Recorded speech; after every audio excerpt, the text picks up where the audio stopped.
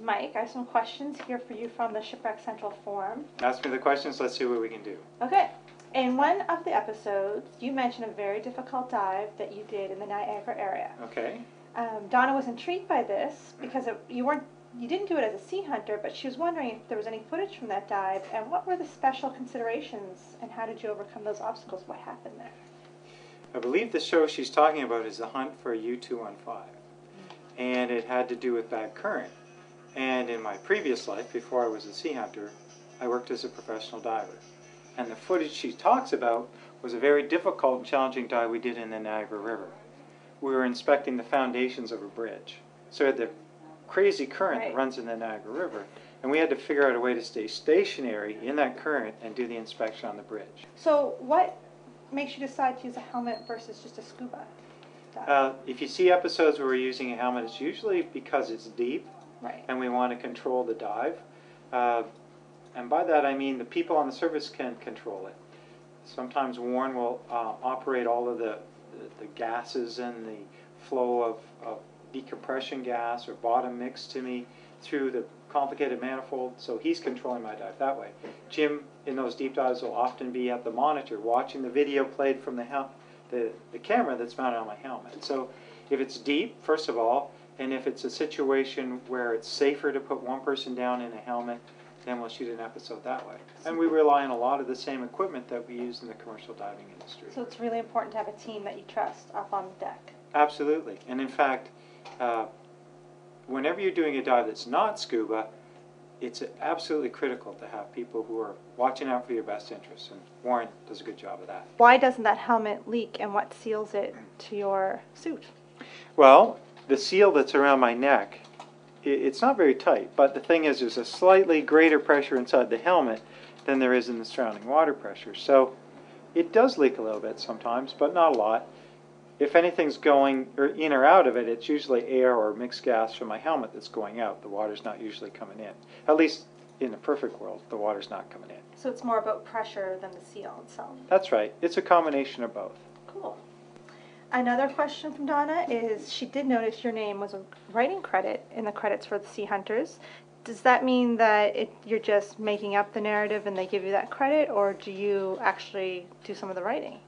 No, I did do some of the writing. Well, making a television show is about telling the story, and for me it's always best if I can give my thoughts and feelings. But it's a combination of both. A broadcaster puts requirements about content, so you have to write to that, but ideally you can tell people how you're feeling and right from the heart, and I think that when I was asked to do that in the Sea Hunters, it was a personal touch that I was glad to be able to be part of that. I think we were all glad that you did it too. Oh, thank you. We're going to go on to the next question, and it's kind of about the time you spend alone when you're in your decompression. She just wants to know, do you think that makes you, as divers, a more introspective group, the time you spend alone as you come up from your dives? Well, I know a lot of people who do deep dives. They have that obligation, that decompression obligation. So they're sitting there alone with their thoughts, sometimes for hours, and it is a very good time to reflect on things. And certainly, the best use of your time is to reflect on the dive that you just finished. You really should be focused on what you're doing when you're coming up. Yep. Letting your mind wander. That's true, but once you stop and you have this long wait to essentially do nothing, there's not a lot you have to do if the conditions are right. So then you are free to think and let your mind wander, and people often think about the dive they just finished. Actually, if you're not thinking about the dive in decompression, you're usually thinking about how badly you have to go to the bathroom. It's true, especially if you're wearing a dry suit. It seems that diving is a profession that inherently requires you to be patient and spend a lot of time waiting to go to the bathroom, apparently. Do you think that being a diver has made you a more patient person, or do you think that's had the opposite effect on you? Generally, professional divers, at least, are pretty rammy. It's all about getting the job done and doing it as quickly as you can, especially if you have a lot of decompression and you only have a limited bottom time. You have a limited volume of breathing gas, whatever. Lots of deep diving jobs require you to move very quickly.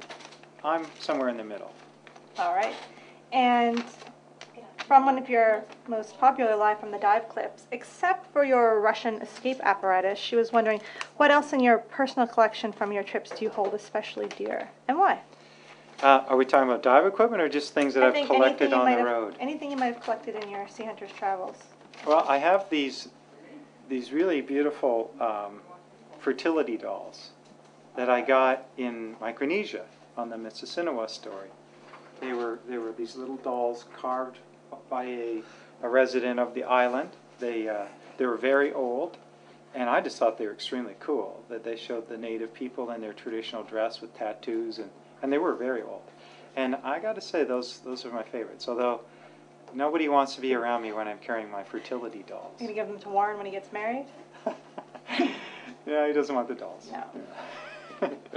If you stay up on the site, please check out in the members section the set of shipwrecks that we're starting to collect for the next dives this fall.